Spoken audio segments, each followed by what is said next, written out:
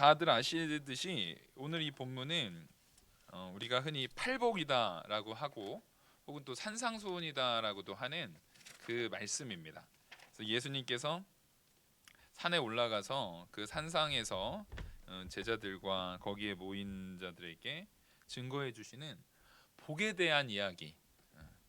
도대체 진짜 참된 복이 무엇인가, 어떤 것이 복인가에 대한 이야기를 8가지로 이야기해 주시는 그 팔복의 이야기입니다. 우리가 그래서 이 부분을 좀 쭉 연결해서 같이 나눠보고자 하는데 그 첫 시간으로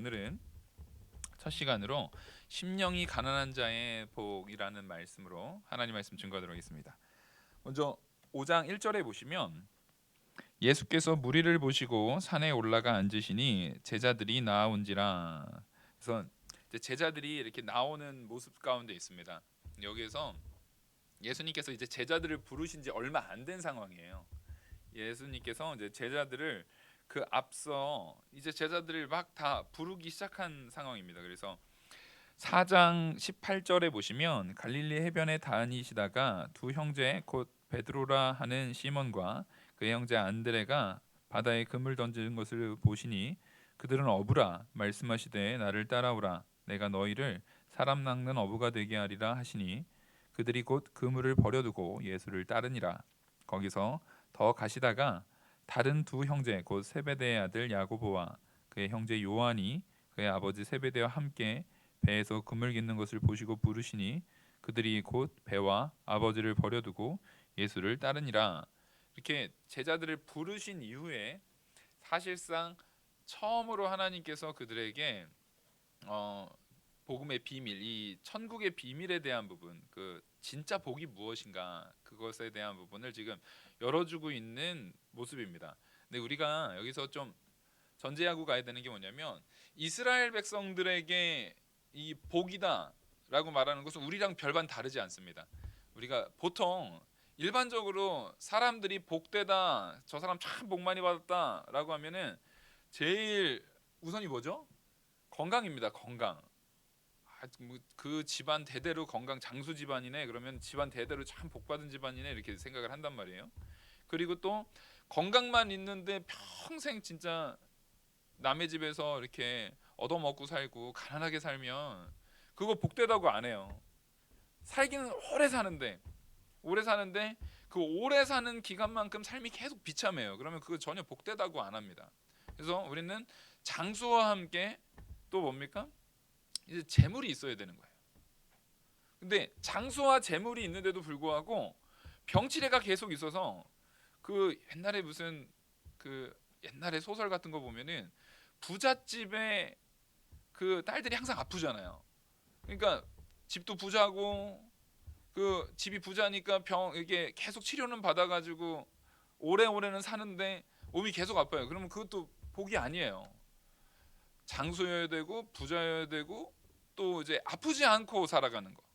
이제 아프지 않고 살아가는 거.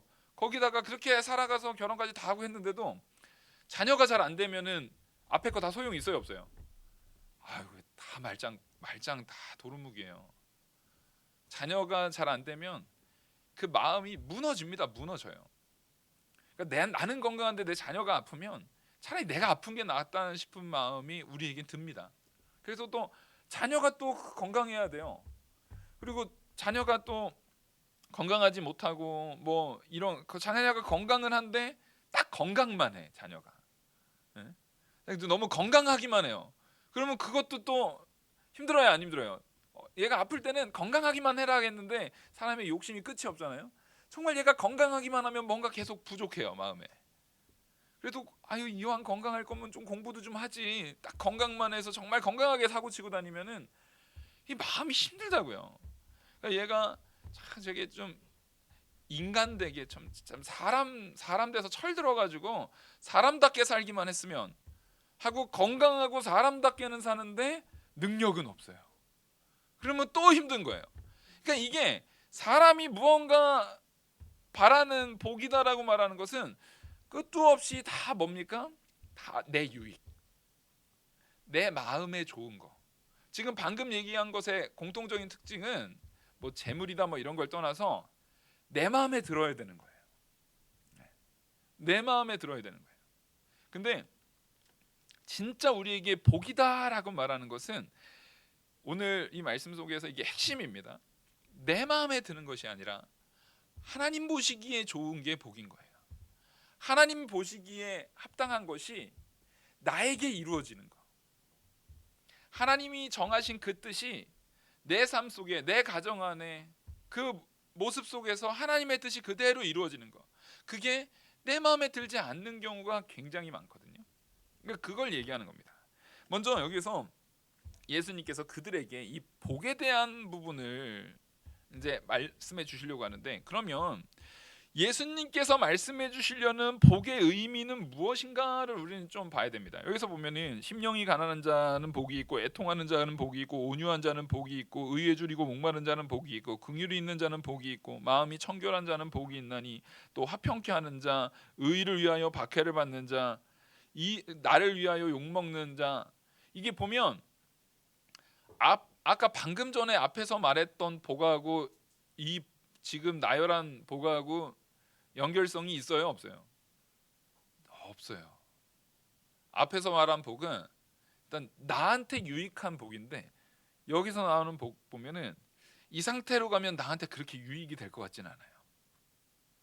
이 상태로 쭉 연결되면은 이게 마음에 힘들 것 같아요. 그러니까 참 우리가 안타까운 게 뭐냐면, 분명히 하나님께서 복이다라고 말했는데 성도인 우리가 봐도 이제 믿음의 정도에 따라 다르겠지만 누가 봐도 심령이 가난하고 애통하고 뭐 온유한 자가 다른 사람들 다 품는 거잖아요. 이거 이후에 자세하게 다루겠지만 이런 부분들, 의에 줄이고 목마른 자, 긍휼히 여기는 자, 내가 먼저 베푸는 거죠. 마음이 청결한 자. 그러니까 남들보다 스스로 마음이 청결하려면 스스로 정말 마음을 더 힘써 사용해야 됩니다. 믿음 안에서 힘써 써야 됩니다. 그리고 화평케 하고 의를 위하여 박해를 받고, 이런 거 다 별로 복 같지 않아요. 특히 믿지 않는 세계 속에서는 이건 전혀 복이 아니죠. 더욱이 믿는 성도인 우리에게도 이게 복으로 느껴지지가 않아요. 그러면 예수님께서 우리에게 이게 복이다라고 말할 때 복의 의미를 무슨 의미로서 복이다라고 말하는지를 알아야 최소한 이것들을 우리가 바라볼 수 있는, 이것들을 말씀으로 받을 수 있는 기본 전제가 생기는 거예요. 복이 최소한 여기서 그 사람이 복이 있다, 그 사람이 복이 있다, 그 사람이 복이 있다라고 하면은 말하는 저나, 그리고 저도 마찬가지죠. 이것을 복이 있다라고 말씀하신 예수님이 생각하는 복하고 전하는 제가 생각하는 복하고 듣는 여러분들이 생각하는 복이 일단은 같아야 이 말씀이 서로 소통이 될 거 아니에요. 지금 복을 얘기하는데 예수님이 말씀하신 복 다르고 제가 전하는 복 다르고 여러분이 듣는 여러분들의 복이 다르면은 이건 우린 지금 엉뚱한 짓을 하고 있는 거예요. 일단 복이, 최소한 이 본문에서 말하고 있는 이 복이 성경에서 도대체 복을 뭐라고 하는지가 일단은 맞아야 됩니다. 다 공통되게 돼야 돼요. 이게 맞춰지지가 않으면 언어가 다른 거예요. 언어가 다른 거예요. 예수님께서 말씀하시는 그 복의 언어와 제가 생각하는 복의 언어와 듣는 우리 성도님들이 생각하는 복의 언어가 다 다르면 이건 서로 다른 언어로 말하는 거랑 똑같습니다. 그래서 복의 의미를 맞춰야 되는데, 성경 안에서 복의 근원하면 누굽니까? 복의 근원하면 아브라함입니다. 아브라함. 복 하면은 아브라함이에요. 그래서 우리가 아브라함을 좀 보시면 창세기 12장입니다. 창세기 12장 1절 제가 봉독해 드리겠습니다. 1절부터 3절 말씀. 여호와께서 아브라함에게 이르시되, 그러니까 아브라함으로 이름이 바뀌기도 전이에요. 아브라함을 처음 부르실 때 원래 아브라함이 아니라 아브람이었습니다. 아브라함을 처음 부르실 때 하나님께서 그 아브라함에게 얘기한 내용이에요. 아브라함에게 이르시되 너는 너의 고향과 친척과 아비의 집을 떠나 내가 내게 보여줄 땅으로 가라. 내가 너로 큰 민족을 이루고 내게 복을 주어 내 이름을 창대하게 하리니 너는 복이 될지니라. 너를 축복하는 자에게는 내가 복을 내리고 너를 저주하는 자에게는 내가 저주하리니 땅의 모든 족속이 너로 말미암아 복을 얻을 것이라 하신지라. 여기서 굉장한 얘기가 나와요. 지금 아브라함을 부르셔서 하나님께서 아브라함에게 얘기를 하시는데 아브라함 자체가 뭐라는 거예요? 복이라는 거예요. 아브라함 자체가 복이라는 거예요. 하나님께서 아브라함 너한테 내가 복을 줄게가 아니라 너 자체가 복이 되게 하겠대요. 그래서 아브라함한테 저주하는 자는 그 사람은 복을 거부하는 사람이 되는 거예요. 그래서 그 사람은 오히려 그 사람 자체가 복된 자를 저주하기 때문에 그 사람은 복에 거할 수가 없는 자가 되는 거예요. 그리고 아브라함한테 잘하는 사람은 그 사람은 또 복된, 아브라함을 축복한 사람은 그 사람은 또 복을 받게 되는 거예요. 왜? 아브라함 자체가 복이니까. 이게 굉장히 특이한 말이거든요. 그러면 하나님께서 아브라함한테 내가 너한테 복을 주겠다라고 하면은 너 잘 먹고 잘 살게 하고, 지금 일단 본토 친척 아비집을 떠나는 게 아니라 그 본토 친척 아비집에다가 빌딩 하나 세워야 복이잖아요. 그 나 잘하는 사람들한테 하나 딱 사당동에서 딱 성공해가지고 사당동에 저기 한복판에 사거리에 태평백화점 옆에 빌딩 하나 딱 세우면은 그거 누구네 아들이 세운 거래 막 그러면 이제 복되잖아요. 근데 여기서 말하는 건 그런 복이 아니란 얘기예요. 오히려 하나님께서는 아브라함을 복되게 하겠다는데 그 복되게 하는 스케일이 그 동네가 아니에요. 본토 친척 아비집 안에서 이루어지는 복의 스케일이 달라요. 그런 정도의 복이 아니에요. 그래서 우리가 생각할 때는 여러분 사람이 자기가 원래 살던 동네, 사실상의 자기의 본향, 자기의 고향, 거기가 그리고 또 자기가 한 거기에서 20년, 30년 살면 거기가 고향이에요. 자기가 태어나지 않았어도 그 지역에서 한 20년, 30년 살면 거기 떠나기 쉽습니까? 어렵습니까? 그 떠나기 쉽지 않습니다. 거기 있는 게 굉장히 복이거든요. 친구들도 다 거기 있고 관계되는 사람들도 다 거기 있고 그게 참된 복 같아요. 근데 거기를 하나님께서 떠나라고 해요. 실제로 우리가 어떤 지역을 떠날 때 사람이 스트레스를 받는 게 굉장히 크대요.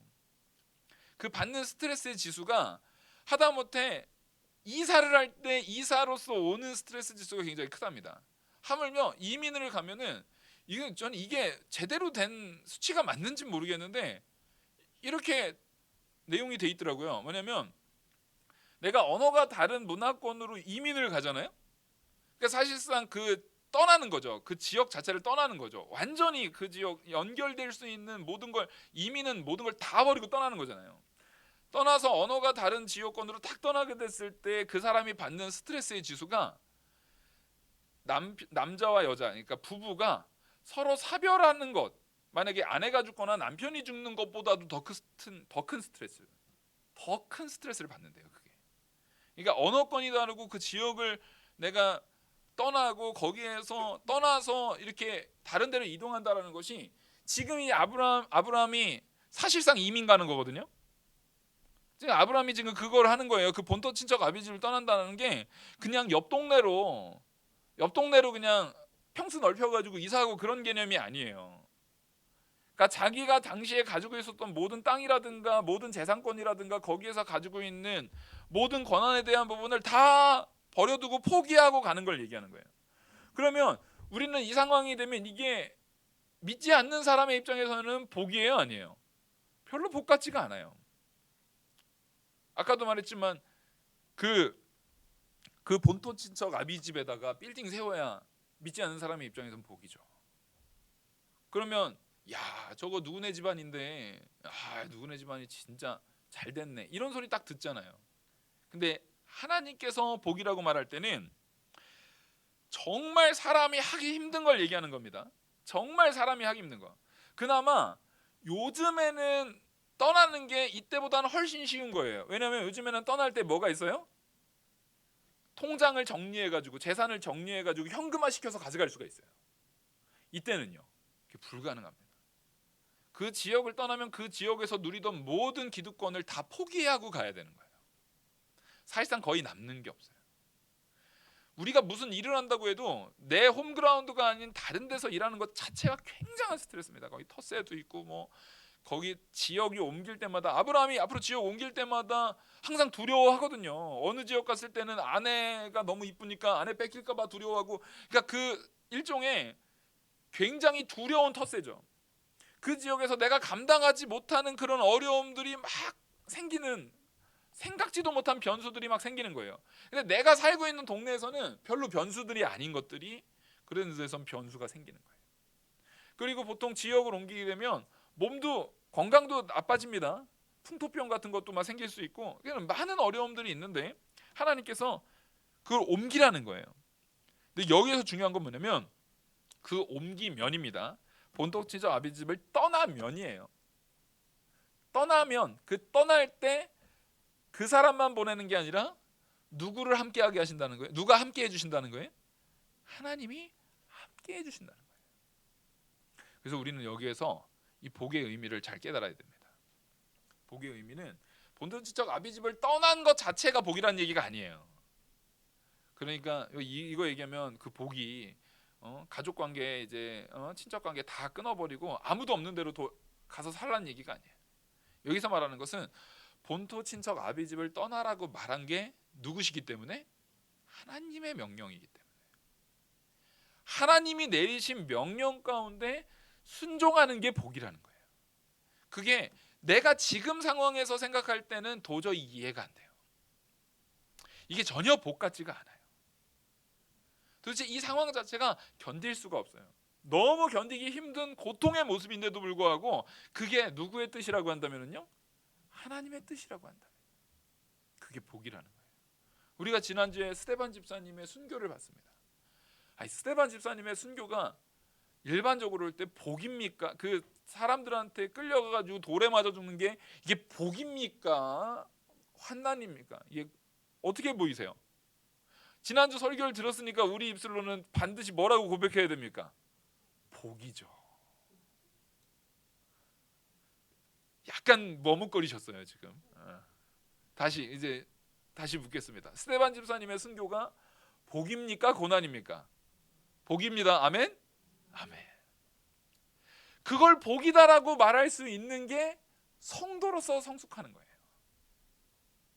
왜냐하면 스데반 집사님이 보세요. 앞에는 그전에는 베드로가 설교했을 때는 막 3,000명, 5,000명씩 변화가 됐는데 스데반 집사님이 설교했을 때는 오히려 설교도 보면은 스데반 집사님이 더 잘했는데 차이가 있다면 베드로는 짧게 했고 스데반 집사님이 길게 했어요.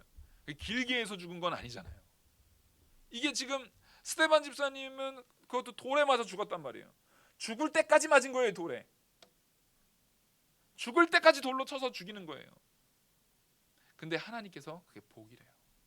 스데반 집사님이 그것이 복인 것을 자기의 모습 속에서 드러냈습니다. 어떻게 드러냅니까? 돌에 맞고 있는데 그들을 향해서 얼굴이 천사와 같습니다. 그리고 하늘에서 앉지도 못하고 서서 스데반 집사님을 바라보고 있는 그리스도를 눈으로 목도하게 됩니다.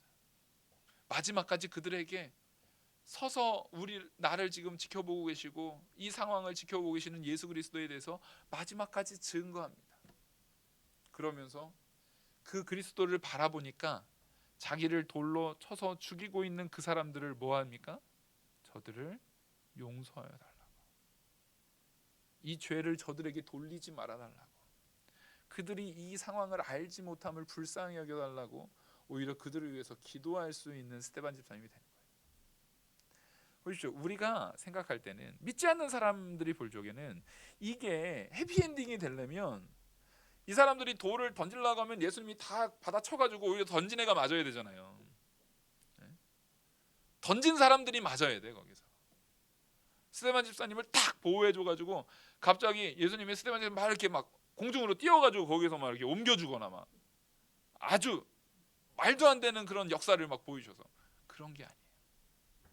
하나님의 뜻이 그 자리에서 죽는 거라면, 그 자리에서 순교하는 거라면, 그것이 하나님의 역사라면 그게 복이라는 거예요. 그게 복이라는 겁니다.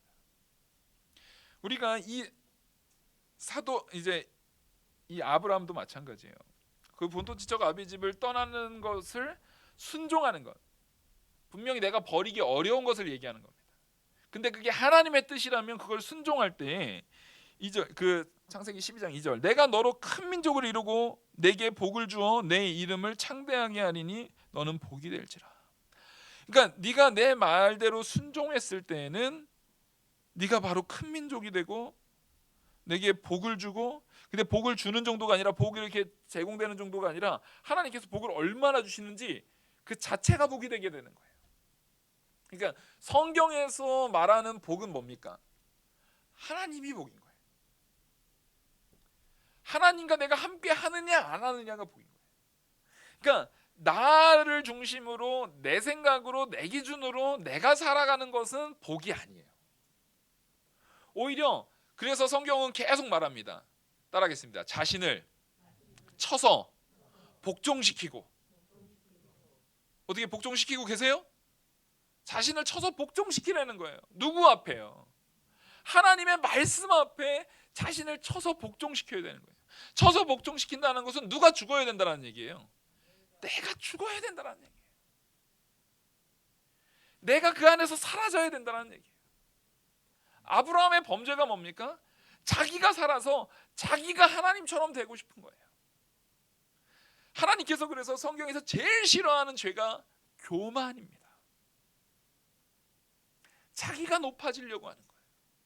그러니까 나로 가득 차면 그 안에는 누가 거할 공간이 없는 겁니까? 하나님이 거할 공간이 없는 거예요. 그러면 그 사람은 복 자체에 거할 수가 없어요.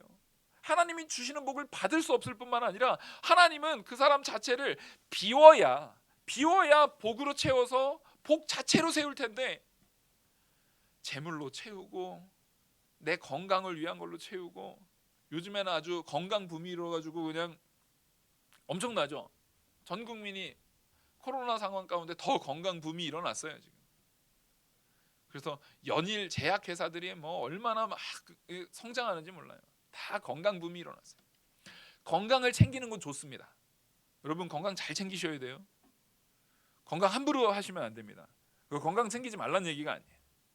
근데 그 건강 챙기는 것이 너무 지나쳐서 하나님의 말씀 가운데 예배에도 혹은 하나님 말씀 순종하는 데에도 방해가 될 정도로 한다면 그것은 건강을 챙기는 게 아니라 내 영적 건강을 죽이고 있는 거예요. 우리가 생각할 때는 그래도 아유 목사님 건강이 우선이죠. 맞아요. 건강 중요하죠. 하지만 그 건강이 오히려 나를 건강 위해서 주일날 새벽마다 산으로 올라가는 거예요. 산으로 올라가요. 건강을 위해서 산으로 올라가 가지고 산에서 온라인 예배를 딱 하는 거예요. 등산복 입고 산에서 온라인 예배 딱 하면서 어차피 뭐 집에서 온라인 예배하나 내 건강을 위해서 산으로 열심히 올라가 가지고 온라인 예배를 하나 똑같은 거 아닙니까? 그리고 가족들하고의 이 단란한 시간을 위해서 여행을 가는 거예요. 저기 경치 좋은 어느 관광지 바닷가 딱 가가지고 거기서 온라인 예배를 딱 하는 거예요. 여러분 이게 그러면 예배가 목적인 겁니까? 건강이나 놀러 가는 게 목적인 겁니다. 우리는 기준을 확실히 해야 된다고요.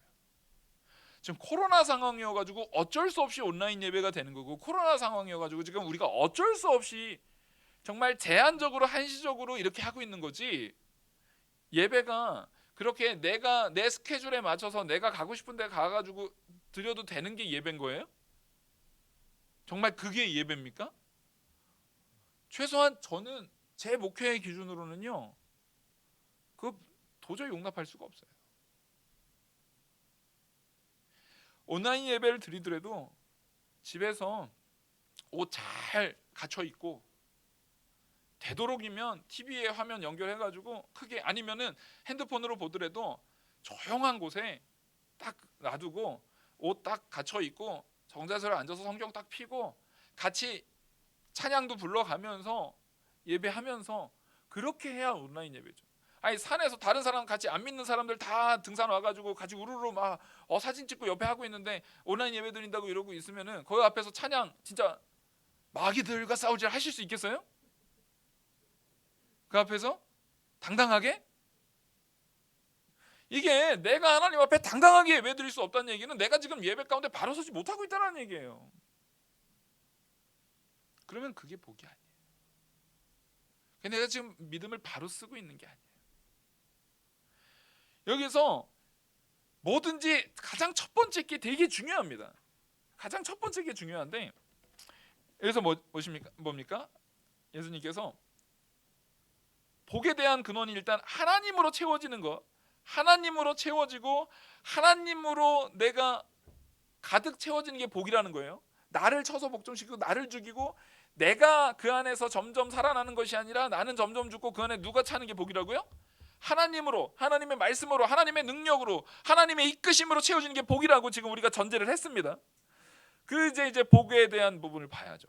심령이 가난한 자는 복이 있나니 천국이 그들의 것이며, 바로 이 첫 번째 말씀이 방금 복에 대한 정의를 더 분명하게 말해주는 말씀이에요. 그래서 심령이 가난하다라고 말할 때 이 가난함이라는 게 상대적 가난함이 아닙니다. 저는 가난한가요? 부유한가요? 아니, 물질적으로 봤을 때, 영적으로 봤을 때 말고 물질적으로 봤을 때 우리 성도님들이 저를 볼 때 저는 가난한가요? 부유한가요? 잘 대답을 못 하시겠죠? 네? 저 가난해요? 부유해요? 얼굴 보면 되게 좀 불쌍하게 생기셨어요? 가난해 보이나요 되게? 아유, 저 피죽도 못 먹는, 아유, 살이 요즘에 너무 쪄가지고 얼굴 보면 아주 때깔이만 있고. 그러면 답하기 편하게, 우리나라에서 제일 부자가 뭐 최근에 무슨 뭐 예를 들어서 뭐 삼성의 뭐 회장이라고 하죠. 그 사람하고 저하고 비교했을 때 저는 물질적으로 부자인가요? 가난한가요? 네, 상대적으로는 가난한 거예요. 그렇게 따지면 우린 다 가난해요. 그러니까 여기에서 말하는 가난함이라는 것은 상대적 가난함을 얘기하는 게 아니에요.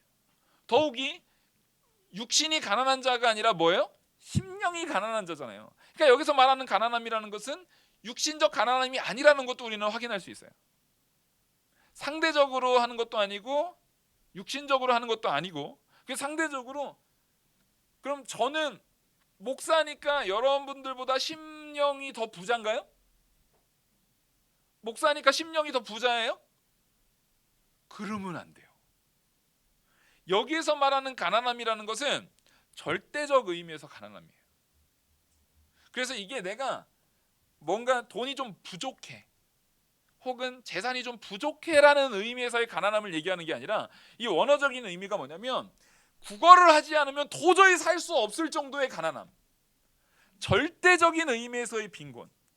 당장 내가 국어를 해서 누군가의 도움, 누군가가 채워주는 도움을 받지 못하면 그 하루를 견딜 수 없는 정도의 아주 거지 중에 산거지, 거지 중에서도 산거지.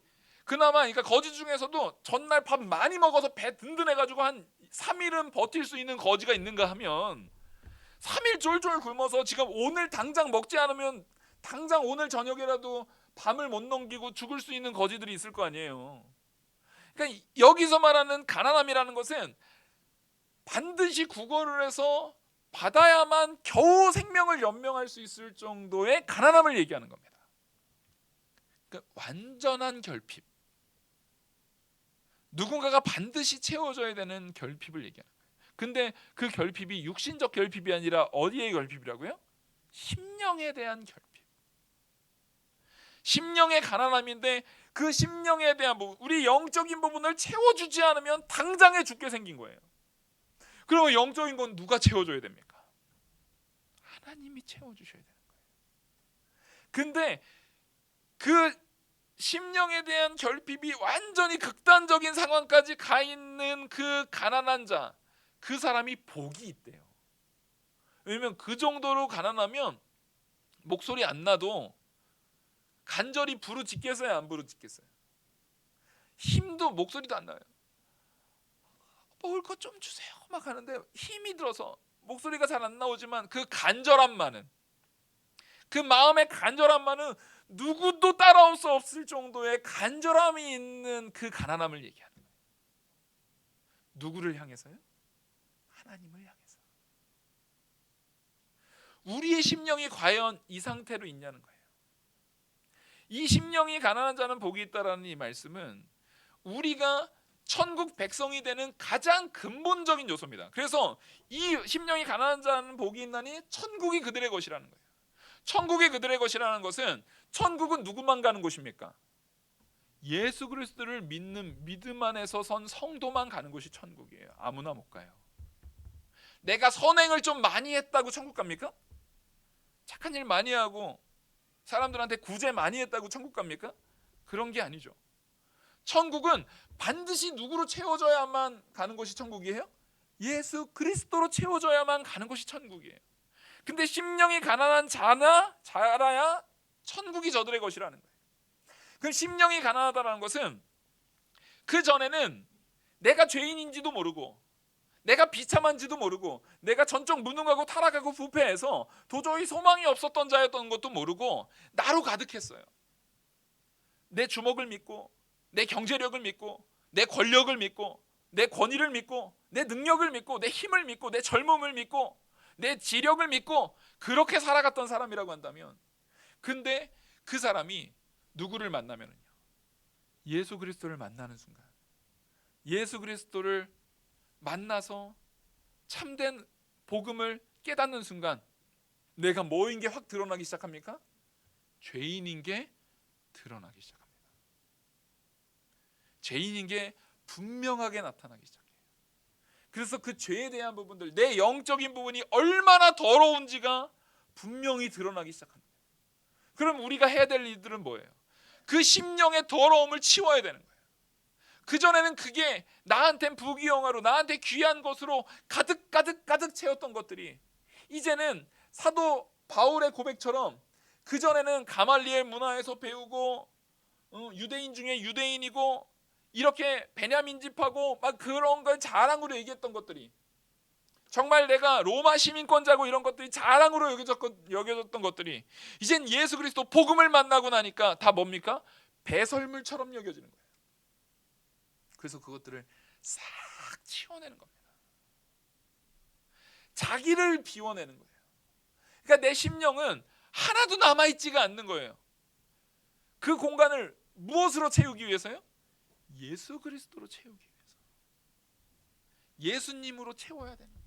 심령이 가난한 자라는 것은, 주여, 내가 이제 얼마나 죄인인지를 알았습니다.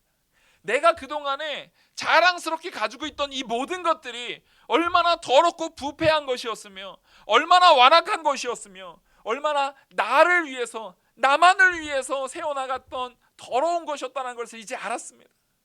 그것을 이제 하나님 앞에 싹 치워내는 거예요. 근데 사실은 내가 치워낼 수 있어요, 없어요? 내가 못 치워내요. 내가 능력이 없어요. 우리는 전적 무능하다니까요. 그래서 그 치우는 것도 따라하겠습니다. 주여 도와주시옵소서. 도와달라고 해야 되는 거예요. 하나님의 은혜로 그것을 치워나가는 겁니다. 그만큼 가난해요. 그러니까 내 안에 지금 완전히 비어서 이 영적으로 누가 채워주시지 않으면, 이제는 누가 채워주시지 않으면 우리는 당장 죽을 수밖에 없어요. 그리스도께서 하나님의 은혜로 채워주지 않으면 우리는 죽을 수밖에 없어요. 그 공간을, 그 영의 내용을, 우리의 죄에 대한 부분을 누가 다 담당하시고, 그리스도가 십자가에 못 박혀 죽으심으로 우리의 죄에 대한 부분을 싹 담당하시고 그것을 오직 예수 그리스도로 온전히 채우는 겁니다. 심령이 가난해야만 누가 내게 오기를 간절히 바랍니까?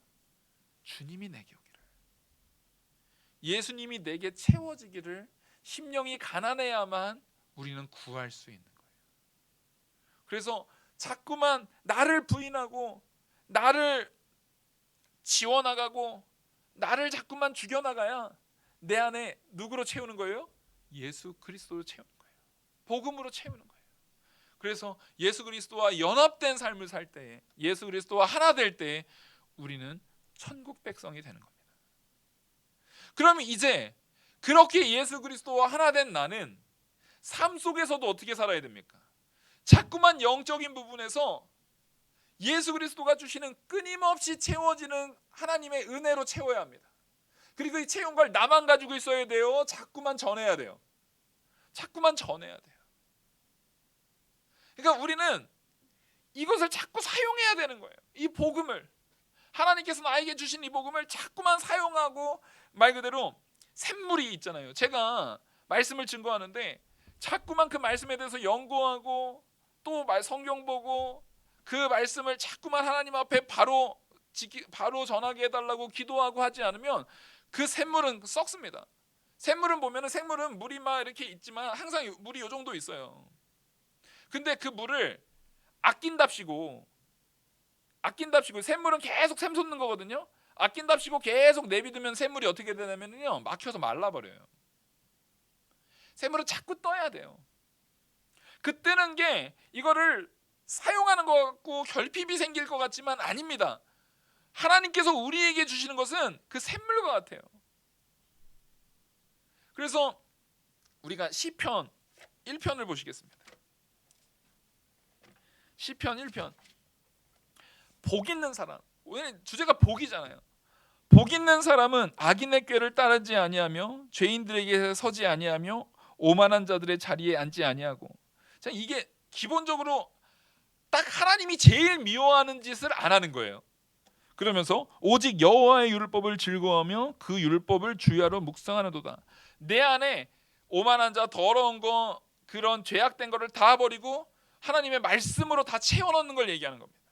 그러면서 그는 시냇가에 심은 나무가 철을 따라 열매를 맺으며 그 잎사귀가 마르지 아니한 것 같으니 그가 하는 모든 일이 다 형통하리로다. 우리 자체가 이미 하나님께서 우리에게 공급하시는 그 시내에 뿌리를 두고 있는, 그래서 전혀 그 공급이 어떻게 되지 않는, 마르지 않는. 그러면 그 공급에 의해서 받아진 우리는 그걸 통해서 열매를 맺든 시내를 사람들한테 전해주든 계속 뭘 해야 됩니까? 계속 전해야 되는 거예요. 그 역할을 계속 감당해야 되는 겁니다. 그래서 심령이 가난한 자는 자꾸만 우리의 영적인 가치를 예수 그리스도로 채웠으니까 이제는 뭐 해야 돼요? 그 예수 그리스도로 채운 영적인 가치를 자꾸 써야 돼요.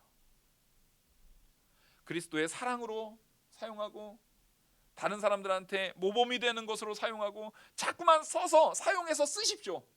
그래서 그 샘물이 넘쳐가지고 막혀가지고 고여서 썩게 만들지 마시고 자꾸만 어떻게 됩니까? 사용하셔서 새롭게 매번 깨끗한 물로 쓰임 받을 수 있도록 우리는 자꾸만 사용돼야 돼요. 왜요? 걱정하지 마세요. 우리는 그게 마를 일이 없어요.